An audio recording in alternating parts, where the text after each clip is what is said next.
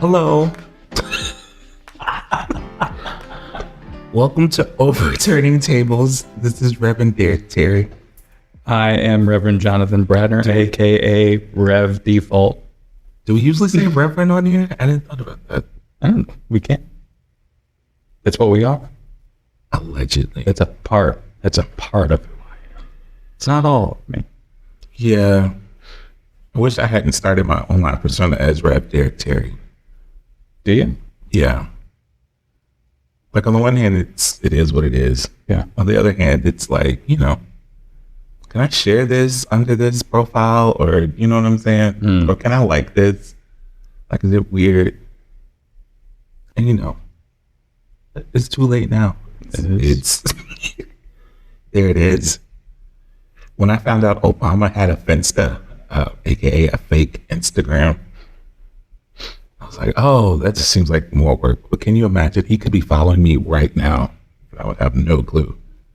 Yeah. He probably has like 200 followers, probably a weird profile pic. Pick up a dog or something. Yep, like something real random. It could even be his own picture. People would think, oh, he's just an Obama fan. Especially if there's no blue check mark. Exactly. Probably trolls Trump. He probably trolled Biden. Probably. He didn't want him to run. That's the whole other thing. Yeah, that's true. That is true. How do you feel about your sermon coming up this Sunday? I asked that because mine is going to be a doozy. I'm focused, it's Black History Month, so I'm focusing on Black joy. So I'm really excited because it's, I feel like anytime we talk about joy, we have to talk about like what joy resists. So I'm speaking about what's going on, but Lessons from Black Joy is basically this month's series. Love that. So it's like, what can we all learn from Black joy? Like, what can white people learn from Black joy? What can queer people? What can rich people, poor people? Because it is a form of resistance, especially Black marginalized joy, because people keep trying to take it, from us. It's wild. What are you talking about? So we started the narrative lectionary. Have you ever used that? So for those of you who do not know, there's churches either use lectionaries or they don't. I would say majority still use the lectionary. So there's the Revised Common Lectionary, which is pretty much the standard one across most denominations. And so that's like a 3-year calendar of scripture, so that, I use it certain times of the year. Yeah. So like Easter, Nativity. Mm-hmm. And then there's the narrative lectionary, which is new-ish. It's been around for probably like 2 decades or something. I forget. Yeah, I would say. But it's different in that it cycles with the school year, and it begins with Genesis. So where like the Revised Common Lectionary, there's normally typically a focus on the Gospels. I mean, the Revised Lectionary gives you Old Testament text for every week. Yeah. For every week, right? But most preachers use just the gospel lesson. Because whatever the Old Testament text is normally just enhances. Yeah. Whereas the narrative lectionary, nope, we're starting with Genesis and we're going all the way through the Old Testament, and it creates like this narrative sort of arc. It is the whole Bible by the end of the year. Yeah, I believe so. Well, it starts, there's a pause in summer. Because it's summer. And so there's normally like a summer series, and then it picks back up in Advent. No, it picks back up in September with Genesis, and then it goes up to Advent. And then Advent through Lent is one gospel. So we will be in Luke forever. Yeah. Forever. Which they started this lectionary so to enhance biblical literacy. Especially with like starting with like so you will be like, this congregation will be hearing stories they've never heard of before, and I will be preaching on stories I've never preached on before. That's the beauty of the lectionary. Yeah, it is a challenge. Mm-hmm. I think it could be difficult. Which is one of the reasons why I pick it up and put it down. Yeah. When stuff happens, because then it's like, there's certain things we have to preach about when it happens. And yeah, it's possible. It's just, it's a tool, and it should be used as such. Exactly. Yeah. Don't be married to the lectionary. Don't do it 100% of the time. But the narrative lectionary is like so perfect. It's annoying. That's awesome. So it's the withered hand and the picking of the grains on the Sabbath. So it's all about unjust laws. Well, yeah. And imagine what we're going through right now. Yeah. That's perfect. Yeah. I love that. I loathe, I understand that not everyone is a good preacher. And maybe good is not the word to use. Certain styles of preaching and sermons, maybe I don't vibe with. But I loathe when it sounds like someone just stands up and starts talking. Like no preparation. And not saying that, you can't prepare to have this type of conversational, but when it's just all over the place and it's too long and it's in the Black church, they'll start hollering cliches or song verses or lyrics just to get the people up, hype. I'm gonna be here forever. Yeah. And that's what one of my friends says. He's like, if I prepare, my sermons are tight, concise, not concise, but she's like 15, 20 minutes tops. He's like, if I prepare less, I'm going way too long. Yeah. I'm going way too long. So yeah, I get that. Yeah. One of our good friends, mutual friends, Dan, gave me the best advice that I've applied to how I do sermons. I think he likes his sermons really short. Mm-hmm. I'm 15, 20, 25 minutes, and you won't know. But I apply the lesson that he gave me, which was, I guess his dad gave him the same lesson, if I remembering him tell it correctly. Basically, if you land the plane, don't take a bag off. Absolutely. So if my sermon is 25 minutes, as long as I didn't land the plane and then started going off again, then it's fine. That's how I've applied it to how I do. That's really good. One of the things, my best lesson in preaching is if you're lost and you lost the people, just shut up. Just stop. Because I feel like if you keep trying to sell this point, to keep trying to land the plane, keep trying, you're just spinning and flailing. So I've learned, and there've been times where I'm like, oh man, this is not doing what I thought it would do, and I just wrap it up. Yeah. I think one of the things I've done is I've let the congregation know what type of sermon this is going to be. I do that.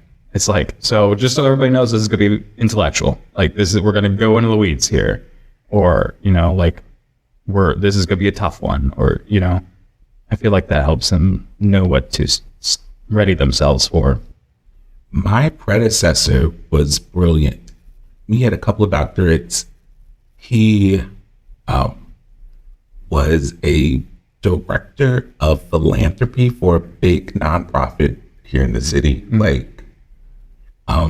He was a Quaker, just brilliant, brilliant. And he left all of his sermons that he prepared while at St. Peter's in binders.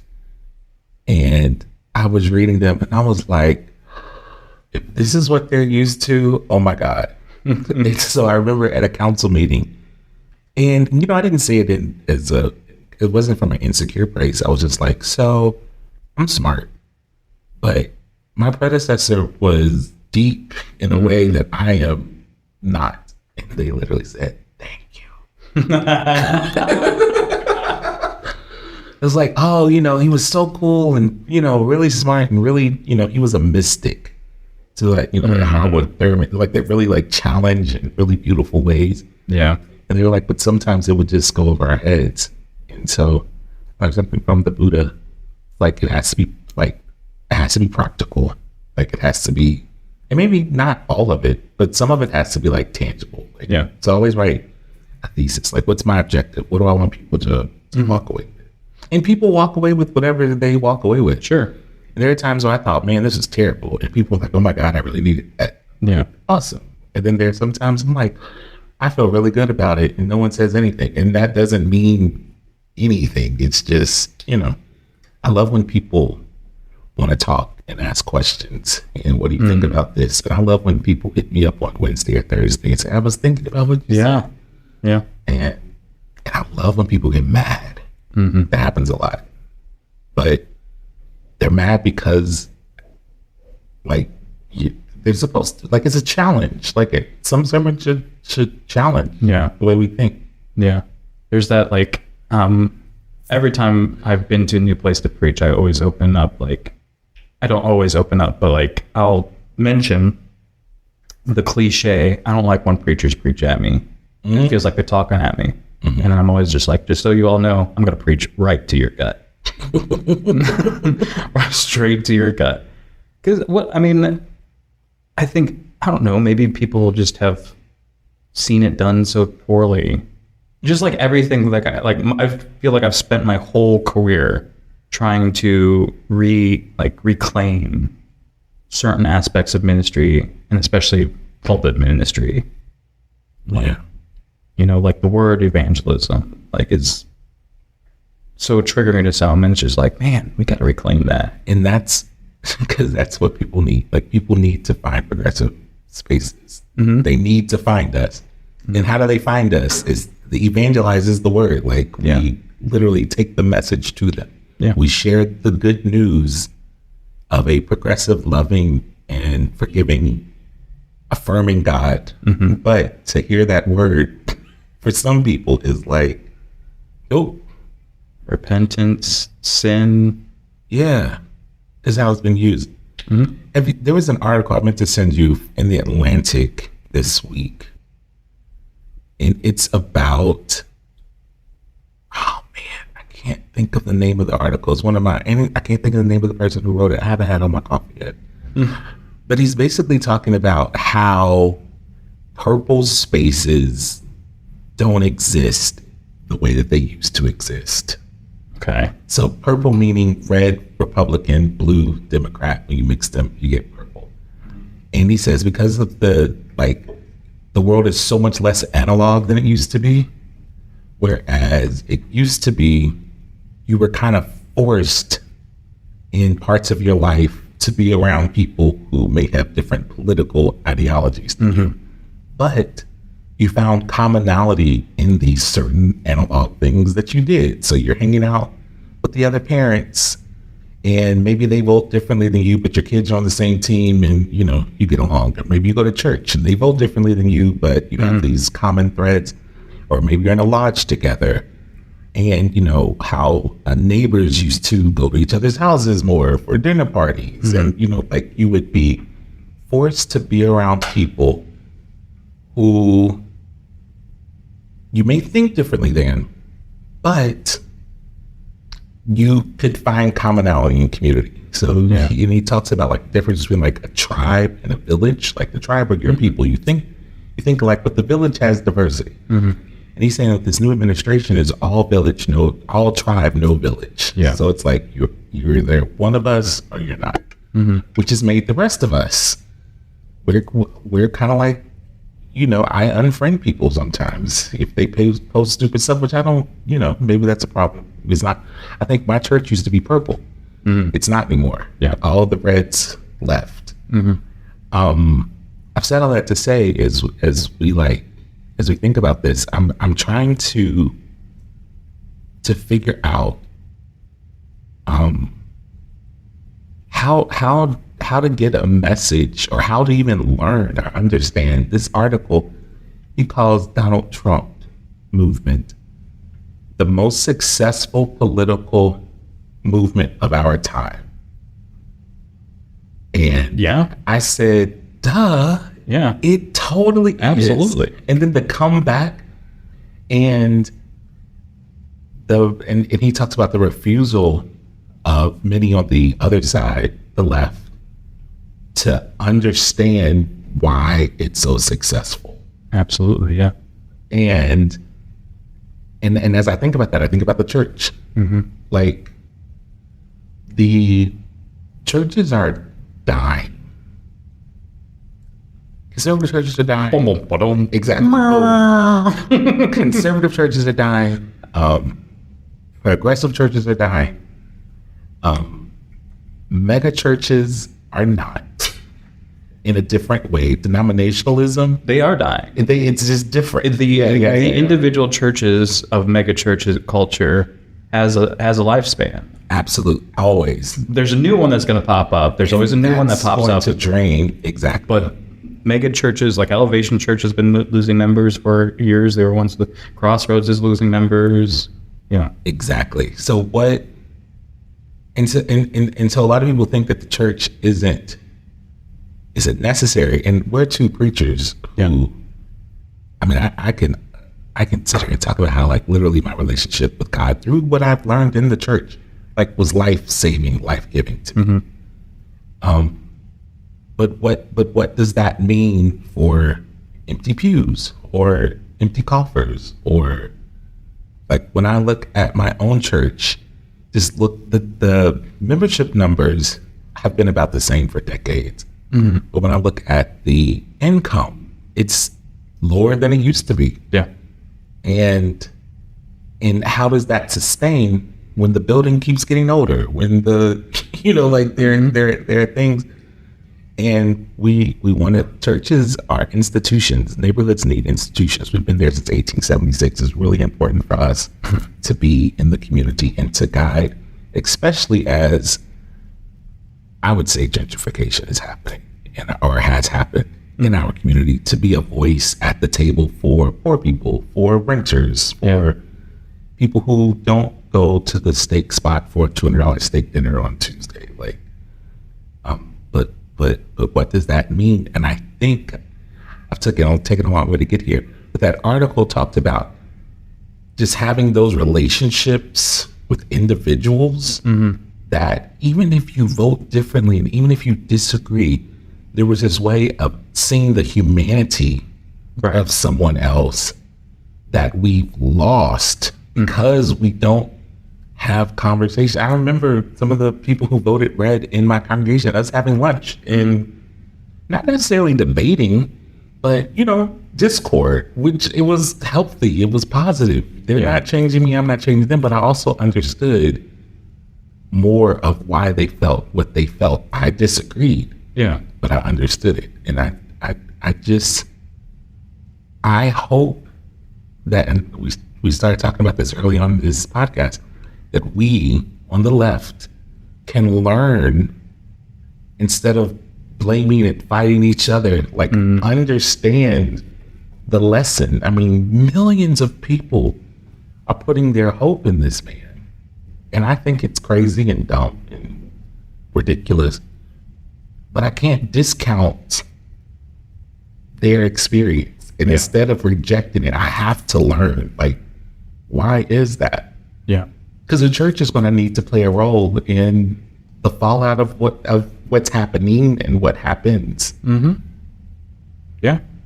It's interesting because that's one critique I have of Blue Sky that I've seen nobody else raise, is because Blue Sky, you have your own choices with the algorithm. You're able to.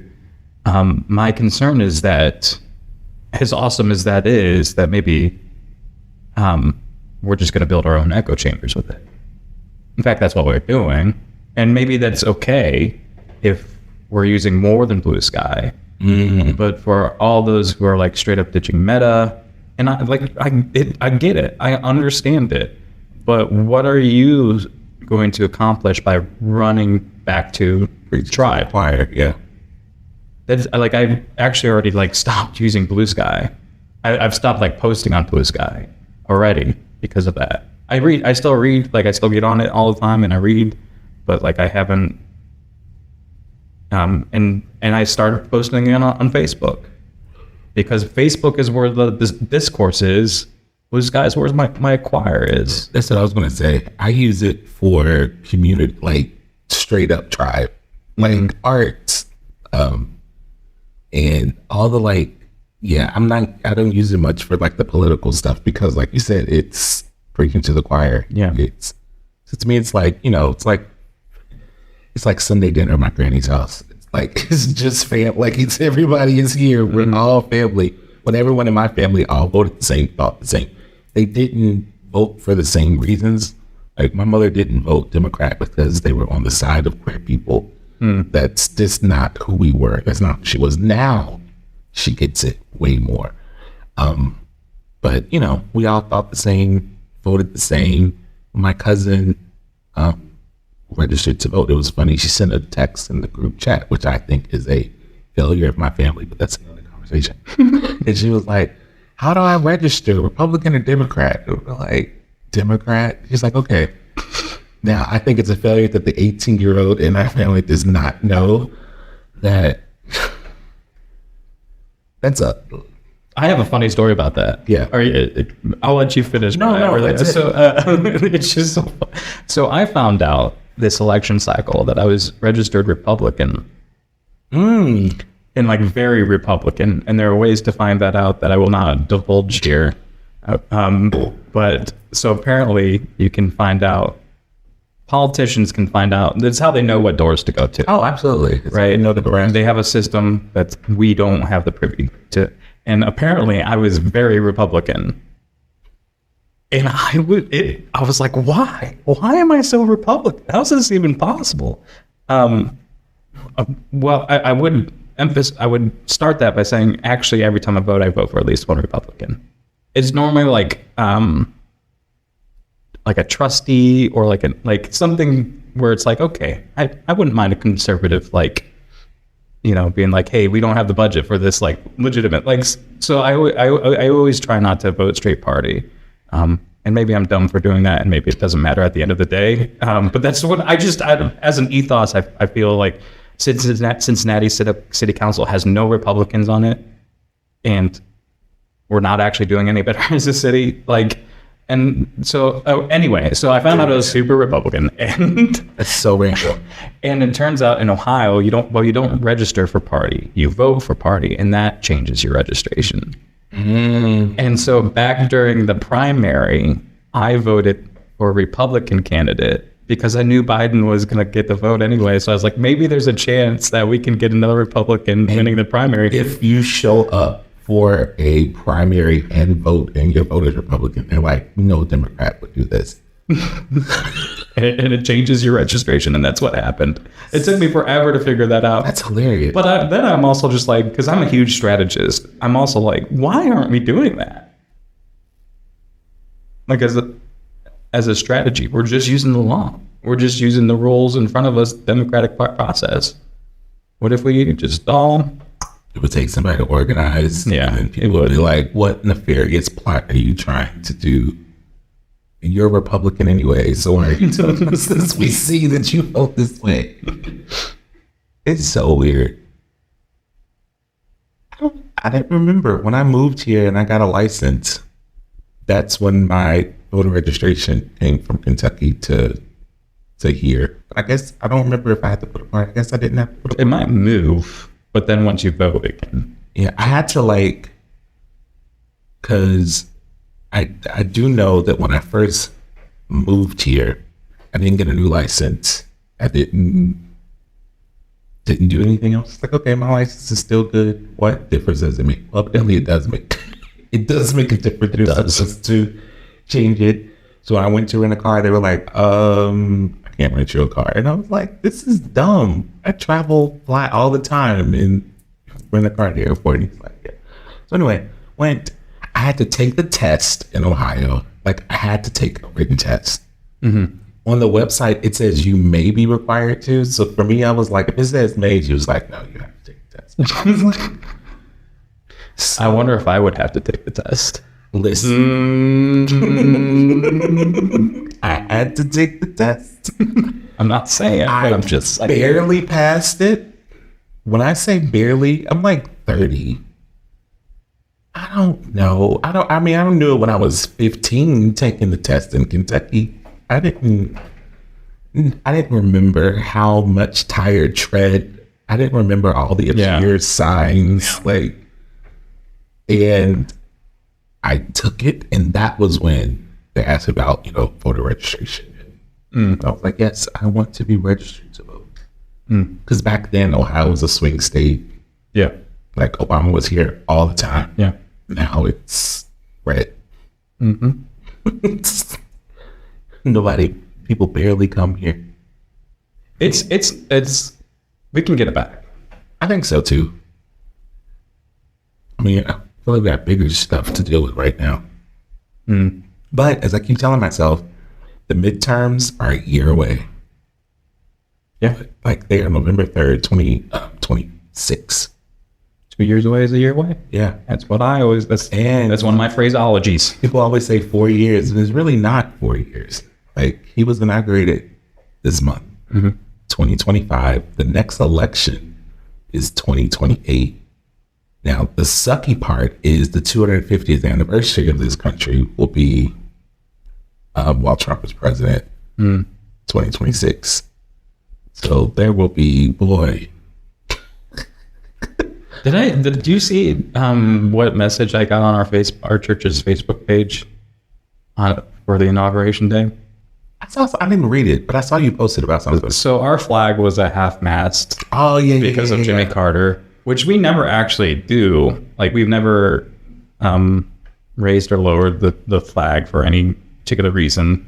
So it was down for half-mast. And somebody who has nothing to do with the church, they remember decades ago, but hasn't even come to a potluck in 20 years, messaged the church's Facebook page and was just, why is the flag still at half-mast?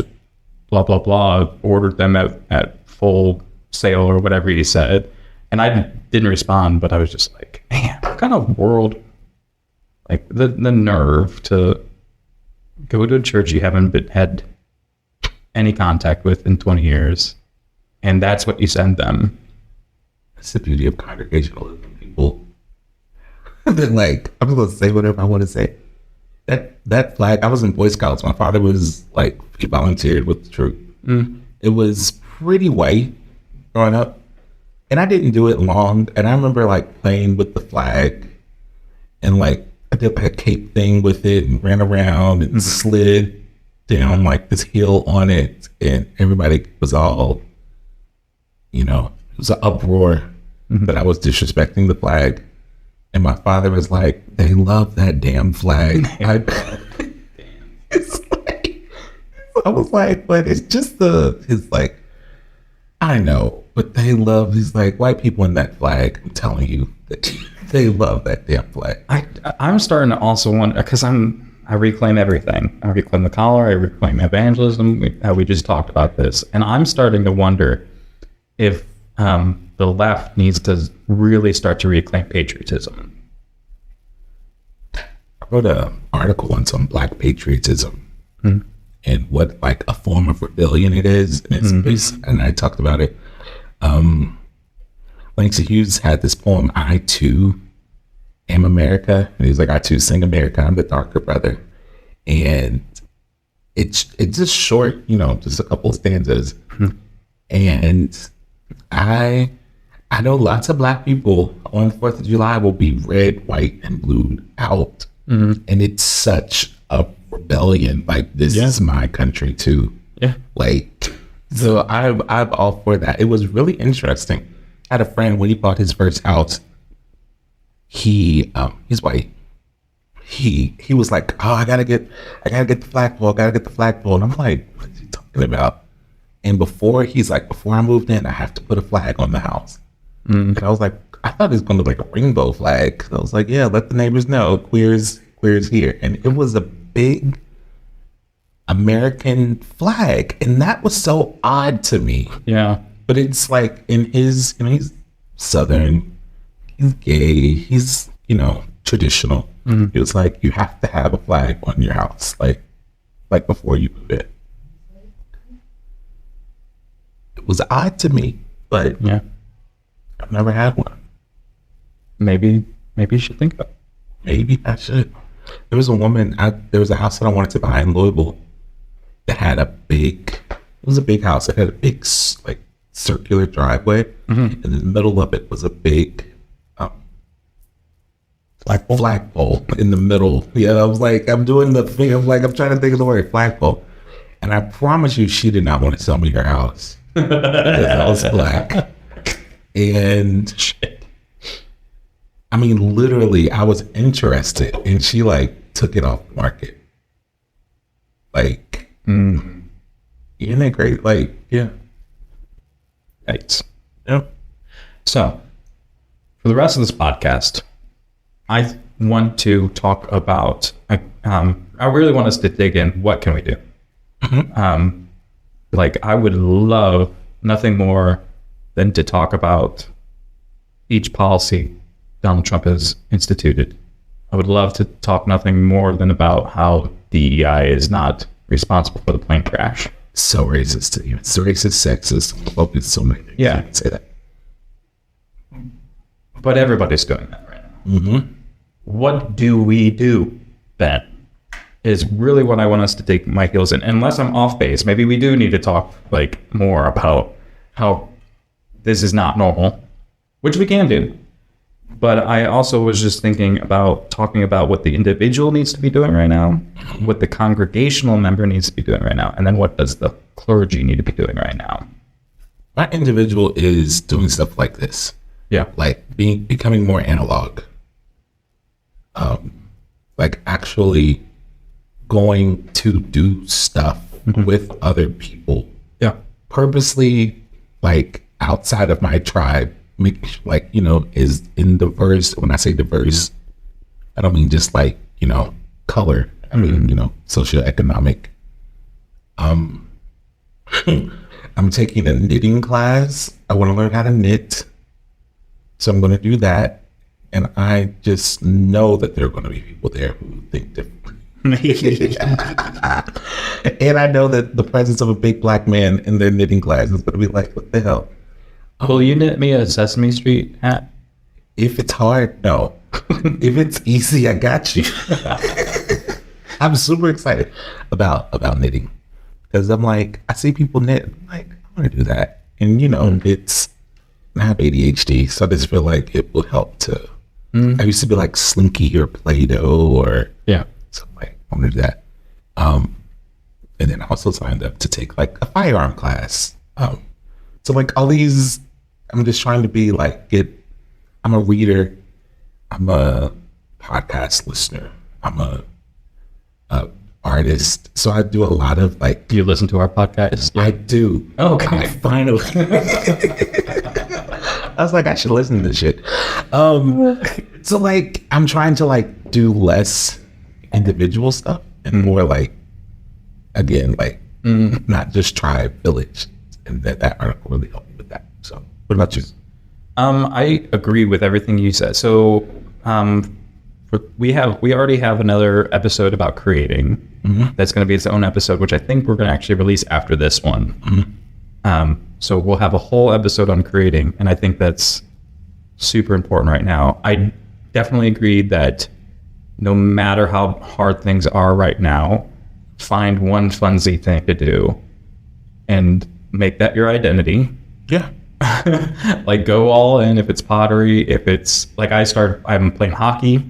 I picked up hockey for the first time after 20 years. Like ice or ice hockey. Wow. And I've been watching it's intense. So many games, so much YouTube, but it's offered me my like solace. It's offered me my peace. I like the Mighty Ducks. Love the Mighty Ducks. I grew up with watching all the Mighty Ducks. I love the Mighty Ducks. Yeah. So I would think that it's super important to find one thing right now that you can go back to, that you can, no matter what happened through the day, no matter what Donald Trump said today, you know, don't ignore it. I'm not asking for apathy, but in order to keep your own cup filled, find that one thing and just dive in. Yeah. Just dive in. The other thing I would definitely say right now, we're doing a lot of reacting online, and I'm a part of that. One thing I beg of our culture on the left, I beg, and I'm laughing because there's one person in my life who literally goes to my church, and I've taught and I've preached about this. Stop meme culture. Do not post another thing that has no context to it, whether it agrees with your opinion or not. Just a meme. memes are going to destroy our culture. Like, memes are going to destroy us because there's no context. Its only purpose is to agree with you or make you mad. By definition, memes are divisive tools. So I'm not saying don't post that thing on Facebook. I'm saying give some context, analyze. What is your perspective on it? Like, if you're going to share a meme, give me your perspective of the meme and stop posting things to get likes. That's true. That's powerful.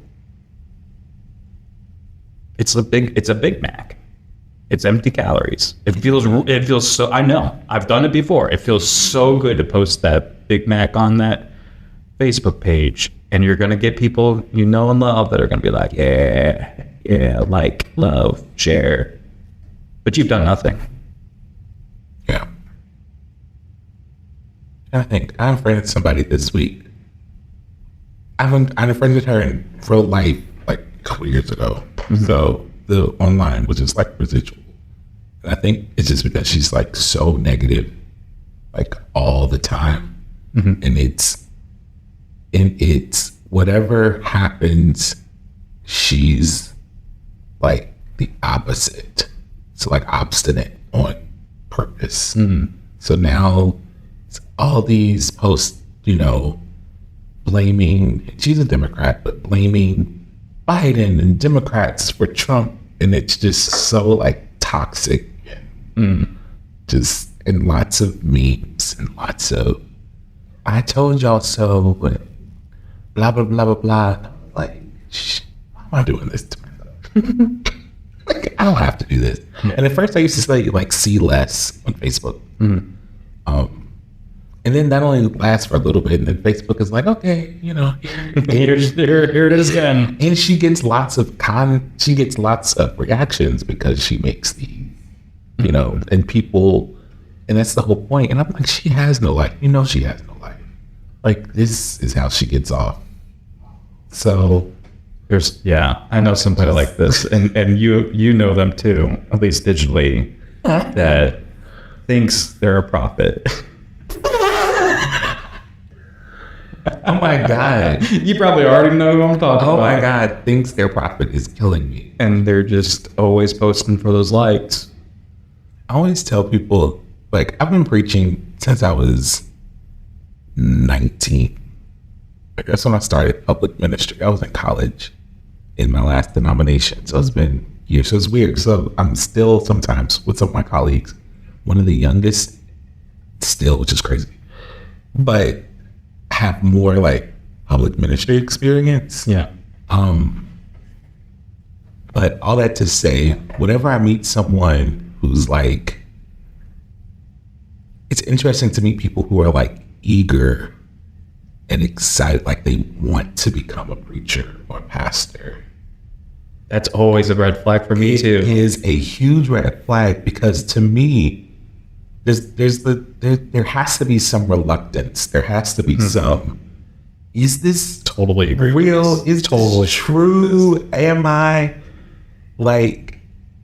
And I don't know why that is. But you have to run. Like we see all these people in the Bible who God has called, and they're like, no, and it's a cycle. So whenever I see someone, I was once in a restaurant with some of my preacher friends in Louisville, and the server, like, we were talking about church, and maybe somebody had on a tab or something, and he was so excited because he's like, oh, I'm about to start preaching at this church, and I'm going to do this, and I'm going to do this, and I'm going to do that, and he walked away, and I said, I would love to tag him for migratory purposes and come back and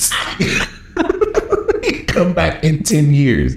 Because, he was talking about the pastor of the church and he doesn't do this and my sermons are more powerful than his. And the whole time we're like under the table, like, we're elbow at each other. Like, that. So yeah, I don't. There has to be like some reluctance. Some, are you sure? Some, I don't want to do this. Absolutely. Jeremiah, weeping prophet, like, because and I know people. I had a woman that was a ministerial staff in my last denomination, the church I served, who I asked her a simple question. Why do you want to be ordained? You know what her response was? Because people will respect me more. Like, I want to be called Reverend. I want to be called Rev. I want to be called I can see from the perspective of a woman saying, absolutely. I need this as a tool because I'm not being respected. I get that. Absolutely. She said, I want to be called Reverend. The people will respect me more. And she had this air of superiority. She would walk in the room. She was in ministerial training. She would walk in a room full of people and have her nose in the air, wouldn't speak to them. And, you know, I'm a minister. Somebody should make my plate. Somebody should do this. She wanted to be like, the first shall be first, you know, not the last. And when she said that, I was just like, and she was, you know, she's like, the people here, she's talking about people at church and they're mean to me and they don't respect me. I said, I've seen you look people dead in the face and not speak and not say good morning. Yeah. Like, and no offense, but you can have all the titles you want. People will cuss out the pastor, talk crazy to the pastor. Like, it's not a guarantee. But it wasn't, you know, I want to serve. It wasn't anything like that. And now she's ordained in a denomination. And last time we ran into each other, I was like, oh, you know, tell me about your ministry. And she was telling me all the like fluff. It wasn't ministry. Yeah. It was, you know, all good things she's doing. And yeah, and it, you know, it wasn't ministry. Like, it was, oh, okay, you had a fundraiser, which is okay. Fundraisers are cool, but it's not a ministry. So, but yeah, you have to be reluctant. Yeah, agreed. It's a tough career. 'Cause we can go somewhere else with the education experience, with the executive and budget and organizational development and leadership experience, and make more money. Absolutely. Doing less, like, differently, with more like support, like, you know, administrative support, with less, like, I mean, it would be different, but if you are listening to this and you're somehow the CEO at some place, you should be looking for pastors. Absolutely. You should be looking. And I mean, actually, I know that firsthand, coming from the corporate world, especially in between my pastoral roles. You can organize some stuff, like, and for more money. For more money. And yeah, the skill that it takes to motivate and manage volunteers when you don't want to. Yeah. When you're going through your own shit. And you're not preaching about it up in the pulpit, and you're not like, you're, you know, you're grieving, and Lord don't let you have a church that is strapped financially. That's a whole other, like, I mean, I was talking to a pastor yesterday who's like looking for a job because they're like, you know, when the church is, you know, I need steady income. The church is able to pay me, but sometimes they're not. Yeah. And like, the steady income makes me like breathe easier. And then they also said, and that my contributions to the church from my steady income will help the church. And yeah, like, this is why it pisses me off when people look at pastors and think that all of us are Joel Osteen. I almost said pathetic, but no, it's not pathetic, because I get it. Like, if that's all you see, but we could go. That's a whole nother podcast. Yeah. The last thing I would say on an individual level is to become congregational, to find a congregation, and I don't mean church. Yeah. I mean, I do mean church for our perspective. If you are a Christian, I will say this boldly, and it's going to make a lot of people mad. If you are a Christian, do your best to try to go to church again. Absolutely. Do your best. I think we've, as a culture, leaned a little bit too far into the I love God, but I hate religion. But there is a mass movement going on of loving inclusive Christianity that needs you right now. And you probably need it. Yeah, I agree with that. For so many levels. I mean, there's even like Harvard's done studies about religion and the benefits that you get as a person within a religious system. People are happier, people are healthier, they live longer lives. They're genuinely more, the article I was talking about, they're genuinely happier with their life. And it's not a false, God's just going to work everything out. It's a way to process what's happening. And it's a support system. Exactly. For when you're down and when somebody else isn't. So it's bigger than yourself. Yeah. It's something bigger than yourself. And it, from a community organizing standpoint, everybody wants to help people. But if everybody was actually helping people, this world would be a better place. Guess who can organize you to help people when you have all this stuff on your plate? Yeah. The church. The church can tell you without you having to think. They can point you in a direction and tell you when to be there. Yeah. And we need that right now. As individuals, we absolutely need that right now. Church trauma is a real thing. I've lived through it. I quit being a pastor before because of it. I absolutely get it. But it is a fact of community that no matter what relationship you are in, there will be conflict. Yeah. Name one friend that you have right now that you've never fought with. If it's a true friend. Name one parent. Name one brother or sister. Name one spouse. Name one partner. Name one lover that you have ever been in a relationship that you've never fought with. And then tell me why the church needs to be the one place that is free from conflict. And whenever people usually talk about that, it's not God. It's not usually even the church. It's usually individuals that they have issue with. That was always my thing. Yeah, you're going to have like 30, 40, 50, 60, 80, 500 people there. If there's not conflict along the way, there's something wrong. Yeah.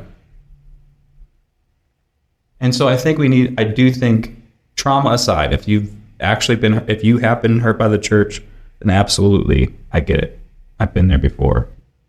But we also need to take stake of what we've been through, is if it's real trauma or if it's just a matter of being in community. And how do we heal from that? Mm-hmm. I preached, so the church that I grew up in closed, but it merged with another church. So there's a remnant, a pretty nice sized remnant in this other church, this new merger that raised me. And I recently preached there in December. And honestly, anything that I am, good, bad, ugly, otherwise, so much of that was because of the community that raised me in that church. Yeah. Just my concept of God, my concept of pastoring, fellowship. There are people that I have group texts with, friends that I grew up in church with that I still talk to every day via text. Yep. And we still see each other. If I go to Louisville, I'm going to see some of them. I'm going to hang out. I've never not known them. And yeah, I love, there's a group of girls at my church that are between the ages of 4 and 6. Mm-hmm. They all kind of look alike. So I know the difference, but some of the older people in the church, all the little girls, because and they all hang around each other. They all love to see each other. Yeah.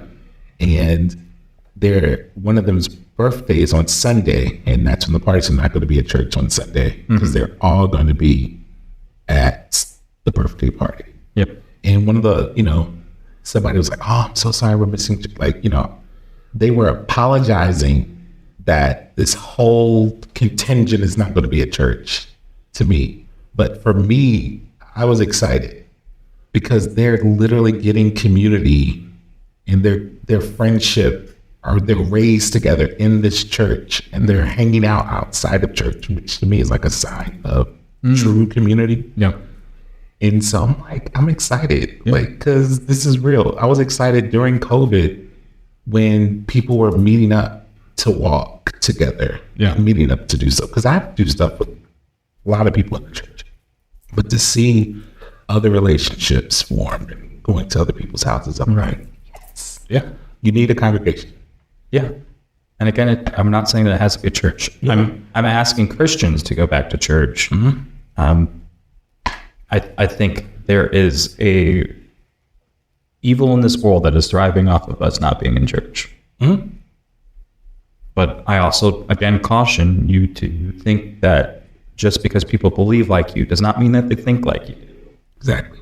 So we may totally agree on inclusive ministries, but that doesn't mean how we're going to get there is going to be the same. Absolutely. A ramp might be more important to me than hiring an interpreter, which is more important to you. Exactly.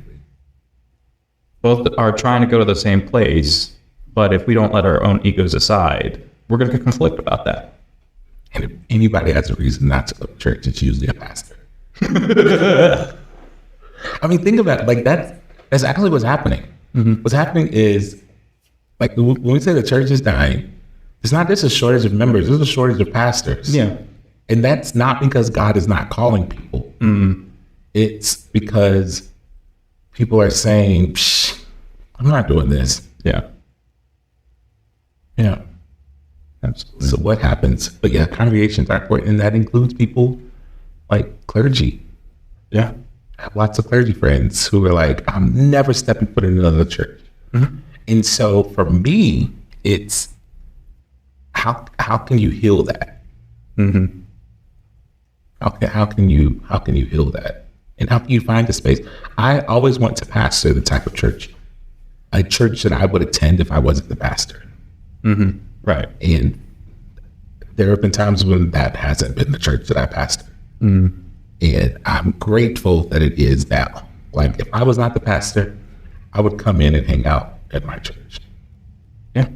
So you're the congregation member now. From a congregational standpoint, what do you need to be doing now? I think we have to find the helpers and help.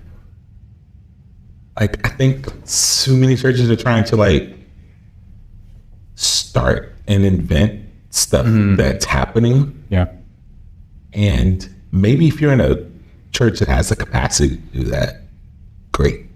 We don't. But what you can do is bring information to the church that we can all support and rally behind. Also allow the church to be a hub for whatever you're for. Yeah. So if that's the church, used to be safe spaces for immigrants, but not anymore.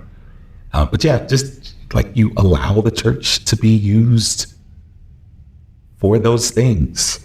And understanding that, yeah, this might mean more paper towel and toilet paper, and it may mean, a little more this, a little more that. But I think those are huge. Find things that you can support, and find ways that the church can show up for the community, and understanding that the congregation doesn't have to be in the pew every Sunday. Like, there may be people who are in the community, but they'll be there every Wednesday when you're offering free lunch to whatever, and they'll help serve and they'll help do this. And I mean, we've taken in new members because we've opened up our space to community groups trying to do stuff. And people have come in and met people in the church, and like, oh wow, this is doable. Yeah. So I think sometimes we also make it too hard. Like, we think, we have to start this nonprofit and raise all this money and do all this good work. And it's just like, what do you think? Yeah. I love that. I think a piece of that from a logistical sense would be, if you belong to a congregation, find one ministry that your church does.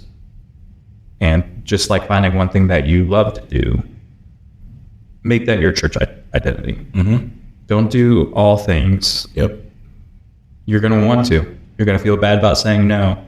But I'm telling you as a pastor, if all of my congregation each chose one thing to do well,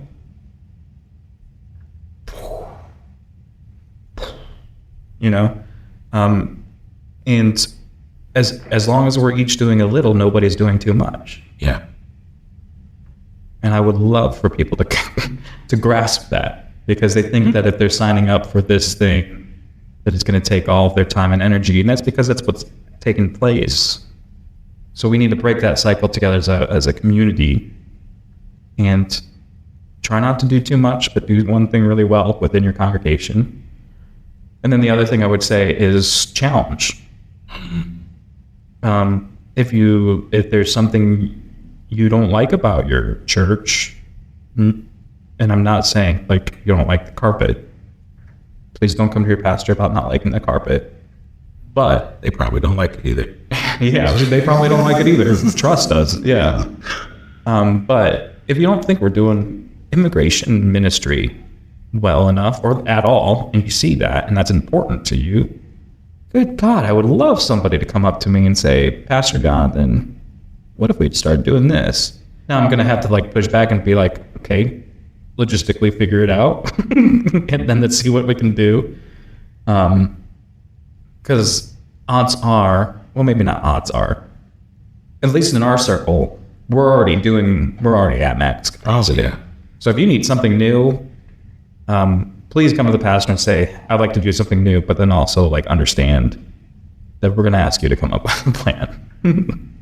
I used to say it negatively, and I started to like, no, this is not a bad thing. I have to change. When I feel like people would like have ideas for me, like, hey, you should do this, or you should do this. Or my favorite is like, we. And I'm like, yeah, we should. Like, you should. And we will support it. But like, yeah, like you said, capacity. We should. We. Like, we French. Yeah. That's very important. Is the voices. I read let's say like most churches are ran by like 10 to 15% of the people who are members. So even if you have 1,000 members, it's 100 to 150 that are keeping it going. Mm-hmm. And I think, and so if you have a lot of members, that can feel like a lot, but not if it's, 100 people holding up 1,000 is not that many. And those percentages carry across the board, even in mega churches. Exactly. A lot of the people don't recognize that. Exactly. It's still just 10% of mega church congregation members that are doing week work. Yep. Because of the numbers, it's more people. But I like that idea of just, what's the one thing that I'm responsible for, I hold myself accountable for. That's one of the things that used to frustrate me, is when people would like volunteer to do something and then flake. Yeah. Because then it ends up being us, or, it doesn't happen. But just be clear, life happens. Oh, absolutely. Life happens. Yeah. Like I'm not talking about like a life happen flake, but like what happened? Like, where were you? Yeah. Oh, I forgot about it. I'm like, Yep. But I love it when somebody from the congregation comes to me and says, I think we need to be doing more of this. I love that. Good. Oh my gosh. Yep. And sometimes it's like, oh man, I didn't even think about that. Mm-hmm. Yeah. Like we have this whole like immigration thing that's starting very organically. It started with just us opening up our doors to allow people to host a meeting there, because churches were safe spots. So people who may be undocumented could feel like, oh, okay, because we want them to get the information. So we want them to come somewhere. We'll say Trump signed one of his executive orders, took away the safety of churches. But from that, all these other things have come out of it. So now we're doing the whole red card. We're printing and distributing red cards. Have you seen that? Mm-hmm. So like in Spanish is tarjetas rojas. But it's all these different languages, and it's one side of the card speaks to the person in their language. Like, you have a right to an attorney. You don't have to open your door when ICE comes. If they do come, they have to have a warrant. It has to be signed by a judge. It has to, like all these, because a lot of the ICE warrants are fake. Mm-hmm. Like, they say warrant, but they're not like legit. And then on the other side is in English, and it's basically the person speaking to the ICE agent. Like, mm-hmm. You don't have a right to search my stuff. You don't have this. I do want an attorney. I waive my, I honor my Fifth Amendment right not to say anything. Mm-hmm. You like stick it under the door. And there's a website where it has all these different languages. So wherever you're located, whatever the immigrant population is, you can literally print them out on cards. And I'm like, we can do this. So we printed a bunch up, and we're taking them to people and giving them to people. One of the things that we learned is how important it is for people to have an ID, but people don't have to have it doesn't have to be a state issued ID. Just has to have like a picture and a address. So like the mark card. Exactly. Like the mark card. So I'm like, so churches are printing, hey, this Jonathan is a member of St. Peter's. Mm-hmm. Here's his church membership card with his name and address. And churches have some, power, but some sway with helping people to, when they seek asylum. Churches are one of the people that can write a letter saying, hey, this person can't afford this. Churches are some of the people that can write like a character letter for some of the background checks. So I'm like, we can do that. Yeah. We can't pay for someone's attorney, but we can help you. So we're looking at all those type of things we can do. Like you said, like the mark card. We're also encouraging people to get mark cards, even if you're not. So, so it doesn't just become a thing that immigrants use. Yeah. So yeah. Mark cards, by the way, are just identification. Literally identification. ID cards. Yep. And it helps in many cases. It helps in, if a police officer does stop you, you can identify yourself. Because in Ohio, if a police officer asks you for ID, you have to give it to them. Yeah. So in some states you don't have to, but we do. Cool. Let's see what else from a congregation. I think learning to abstain is a good thing. I think a lot of churches are about to go through this with the immigration situation. If you find yourself as a Republican, or maybe not even just as a Republican, as somebody who legitimately finds issue with undocumented immigration, got you. But your congregation would be for providing asylum.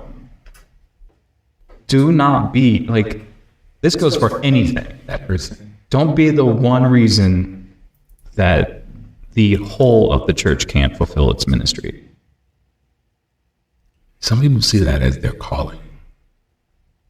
I hate the phrase, the devil's advocate. I cannot tell you how many times I've been in a church meeting and I've heard a Christian leader in the church say, well, I'm going to play the devil's advocate. And I'm always like, why? Why? Like, listen to what you're saying. I was just a figure of speech. But is it? Why does the devil get an advocate in the church? That's crazy to me. Why do you want to be that person? I can look at things in my church, even before I got there, that were killed. And I know this because the predecessors told me by things that could have set up like lifelong, sustainability for the church. Because people, that person, I love that. Like sometimes I check out of the conversation. If I'm not, as a pastor, like sometimes people will not necessarily argue, but debate about this particular painting or something in a particular spot. And I could have thoughts, but sometimes why? Yeah. Like, no. Yeah. Why are you dying on that hill? Yeah, I'm saving it. Like, yeah. But it makes me sad that people just leave. Instead of, like, I got sad when a lot of my Republicans left. Like, I got sad when they left the church. And they called me to, like, they were on the search committee. They were leading the search committee. They were, like, we were able to exist. Yeah. And they knew who I was and where I was, and I knew who they were and where they were. And they weren't the type of Republicans that hated gays or bigots. But Donald Trump pulled people into tribes. Yeah. That, so that's what we're seeing now. A lot of these open and affirming churches that are purple are really struggling because, it's ugly. And then some churches are struggling to become open and affirming because people don't even want to start the process of having dialogue. Which is why you are in a bad place. Yeah, which is why I like the Congregational Church. I'd rather you be a church that's like, no, we're not doing it. Exactly. What the Bible says, I would rather be hot or cold than lukewarm. Yeah. Like, so yeah. So part of me is like, well, this. Yeah. And I'm also, to be clear, I feel like there's been a few of those, if you have a dissenting voice, say it. Say your piece. But just don't be the one that's going to keep 99 from doing what they feel is their fault. Like, just so everybody knows, I'm not comfortable with this. Here are my reasons why, X, Y, and Z. Say it twice. It's one of the things that, that's why I like Congregational Church, is people feel empowered. Like, and their voice is important. Yeah. Whereas in some denominations, it's the pastor, period, or it's the board, period. There are some days that sounds so nice, though. There are some days where it's just like, I wish I had the power. Yeah, but it's like, I love that people will, like, an open and affirming process in our denomination is about a year at least, usually. And the whole point, and people will say, oh, I don't think we're ready to become open and affirming. Like, nobody's ready. That's the whole point of a process. It's like when you start college, you're not ready to graduate. It's a process. It's just like stuff you go through. But what happens is, if it's done right, then over the course of that year, everyone has heard every perspective. Yeah. And the people who are dissenting voices have felt heard. Like, it's a failed process if you silence the dissenters. Yeah. People have to feel heard. And we have seen, even when people disagreed, because they have gone through the process and they see this is where the church is going, that they have even voted, like, this is not for me, but after hearing all these stories, I think this is where we should be. And I love that. Yeah. And I love that. Yeah. Doing things the right way is crucial. Yeah. And I know that sounds like such a blanket statement, but and I've told this congregation before, I mean, I'm such a student of church.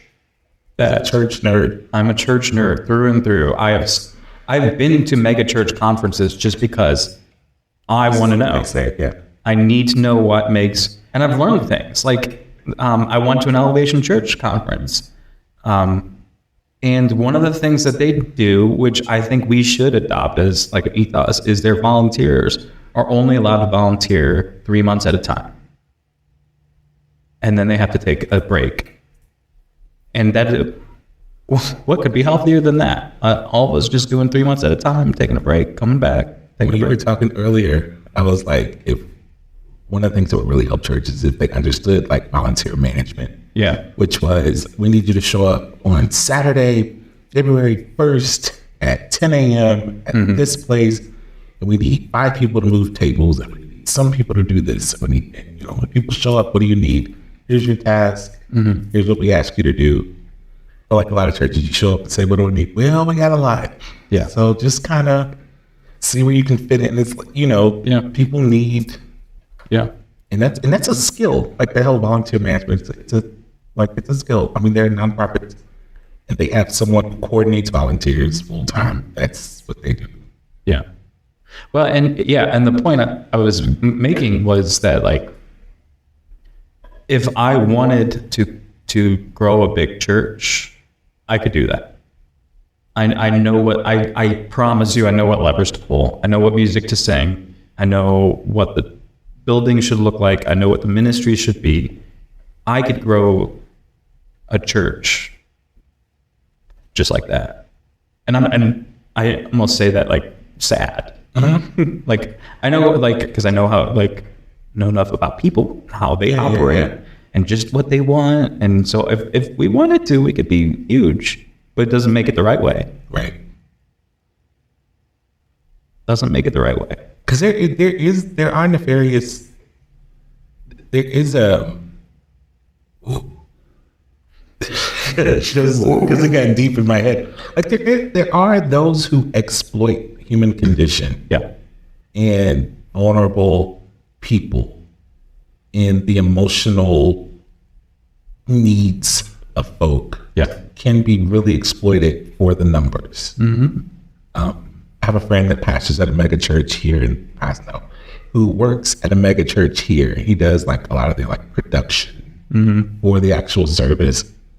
And we used to have long conversations. And I was like, I don't see how you go over there because you're Black and you're gay. And they're nice about it, but they really don't affirm you. Like, and he's like, oh, no. He saw all the great stuff, And then, and one day he's texting me, and while he's doing the production, he's like, God, I just keep hearing your voice in my head. Talking about this is bullshit. Yeah. He's like, because he's controlling the lights and with the music. And he's like, I'm literally okay. I'm going to do this, and people will raise their hands. Because the music, The G chord, is building. Yeah. And the lights are coming on, so there's just, and it's getting louder. So there's just like, like this is what happens at a game or at a rock concert. Yeah. But I'm not saying that can't feel moving and powerful and all these type of things for people. But it's also, it's a production. It's okay. At 12:15, people raise their hands. At 12:16 and a half, they're lowered, and they're out for the new service. And there's literally somebody on the headset saying, pull out the podium now, pull out the podium now, hit camera 3. Exactly. So the Black church said, is there room for the Holy Spirit? The Holy Spirit. Every church does it, though, to a certain extent. You like a certain type of music. We're playing that type of music, and it manipulates you. I'm using that very loosely as a term. Yeah. Like the fact that you want to only go to a church that sings "This is my story," that is your G chord sustained on a synthesizer. The difference is whether or not you know you're being signed up for that.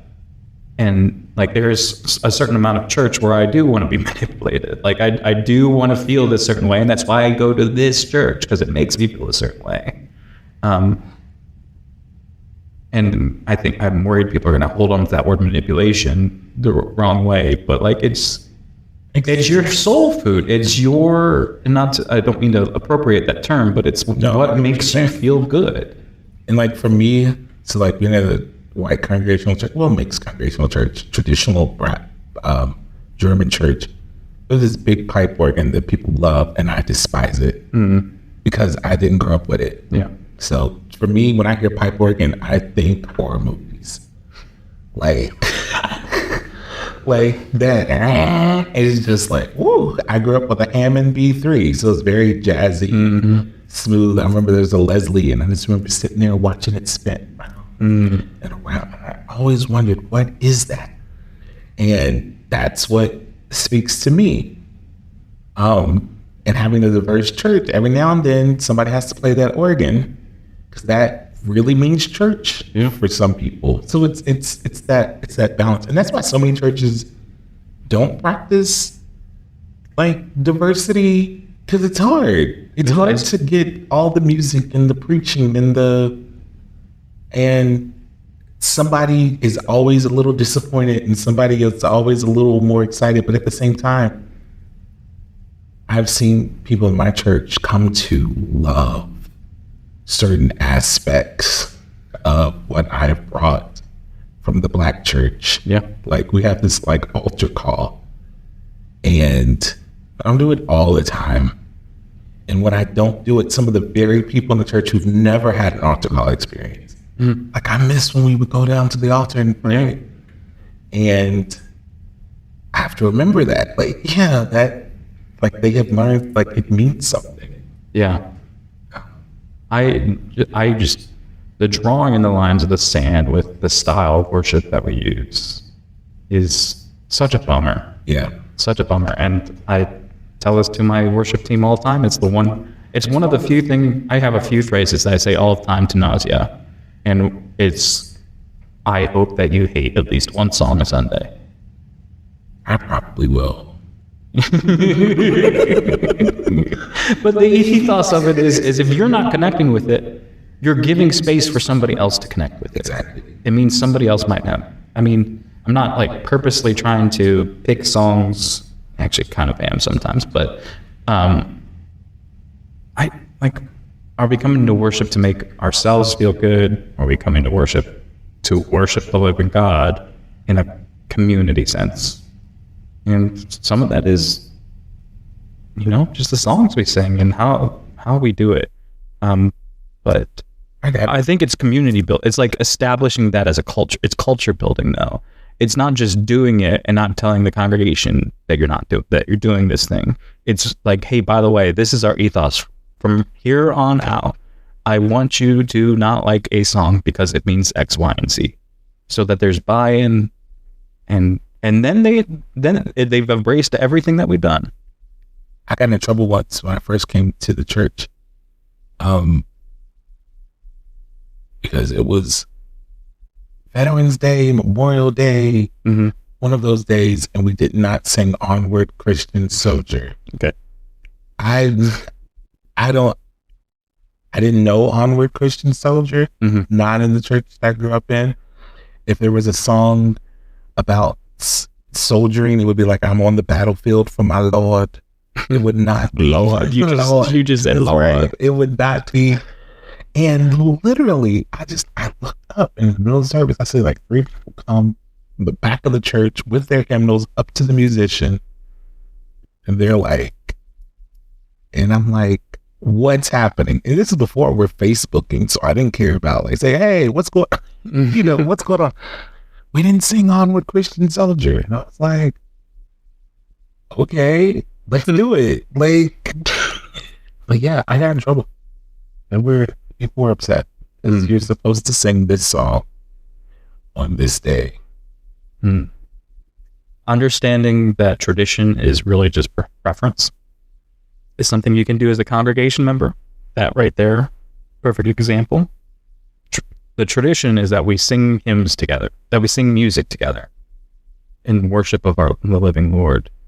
The preference is the song. Christian Schultz. Yeah. I will say, and we should probably end this pod. The one time I've done something without telling them that I was doing it is we had the American flag on the narthex, or not on the narthex, on the chancel, and the Christian flag on the other side. And we can go and anybody listening to this knows the theology about why that's wrong. So there, it was my first year here, and without asking or telling anybody, when we were taking down Christmas decorations, I just casually moved the American flag and the Christian flag down to our fellowship hall. No, did anybody ever say anything? Nobody ever said anything until like a year later. And they said, oh, I kind of like it there. Had I said, we're moving the American flag, and here's why, you might get more, I don't know, maybe not here, but. Yeah, I moved ours a long time ago. They just didn't say anything. And when I said, well, somebody says something, then we'll worry about it then. Yeah. And nobody noticed. Yeah. Or if they did, they didn't say anything. Mm-hmm. And the people who would have said something are gone now. So I didn't realize, and this is a perfect place to end, I didn't realize how expensive those like solid oak and brass flag are. Mm-hmm. Or how heavy they are. They're beefy. It is, because true story. So after we like took it, I needed something when Cincinnati Black Pride came back. Like we reignited Cincinnati Black Pride. I had banners printed, and they were like, "Oh, we need something to hold the banners on." And I was like, "I got these flagpoles that we're not using." It was so heavy. It was so heavy. Like we would have to like keep rotating. But those flagpoles went to good use. They were used in the Pride Parade to hold up the Cincinnati Black Pride banner that said, "We're here, we ain't going nowhere," or something like that. Like, yeah.